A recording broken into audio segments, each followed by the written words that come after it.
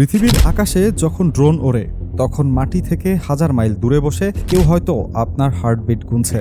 সাম্প্রতিক আন্তর্জাতিক বিশ্লেষকদের দাবি অনুযায়ী এই মরণঘাতী খেলার সবচেয়ে বড় অস্ত্র এখন আর মিসাইল নয়, বরং মেটাডাটা। হোয়াটসঅ্যাপ এবং ফেসবুকের মাদার কোম্পানি মেটার কাছে থাকা বিলিয়ন বিলিয়ন ডেটা থেকে বিশেষ এক অ্যালগোরিদমের মাধ্যমে এমন সব তথ্য বের করা হয়েছে যা সরাসরি পৌঁছে গেছে মোসাদ ও সিআইএর সার্ভারে।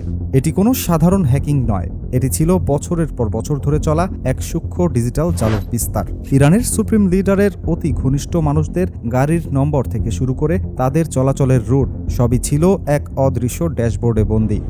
সেদিনের অপারেশনটা ছিল কোনো হলিউড থ্রিলারের চেয়েও বেশি গা শিউরে ওঠা। ঘাতকরা শুধু ভবনের বাইরের সিসিটিভি নয়, বরং কয়েক বছর আগেই হ্যাক করে রেখেছিল শহরের গুরুত্বপূর্ণ প্রতিটি ক্যামেরা।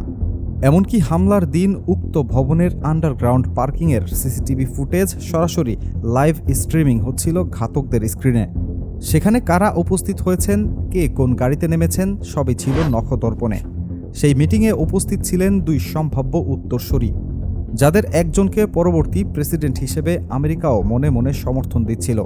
পেন্টাগন হয়তো চেয়েছিল রাজনৈতিকভাবে কাউকে সরিয়ে দিতে, কিন্তু ইসরায়েলি পাইলটের লক্ষ্য ছিল অন্য কিছু।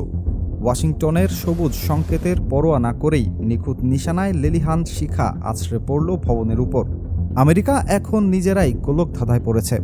পরবর্তী প্রেসিডেন্ট কাকে করবে, সেই সমীকরণ মেলাতেই তারা এখন যুদ্ধ থামানোর নাটক করছে। হয়তো পর্দার আড়ালে সব ঠিকঠাক হলেই দু এক দিনের মধ্যেই শান্তির ঘোষণা আসবে।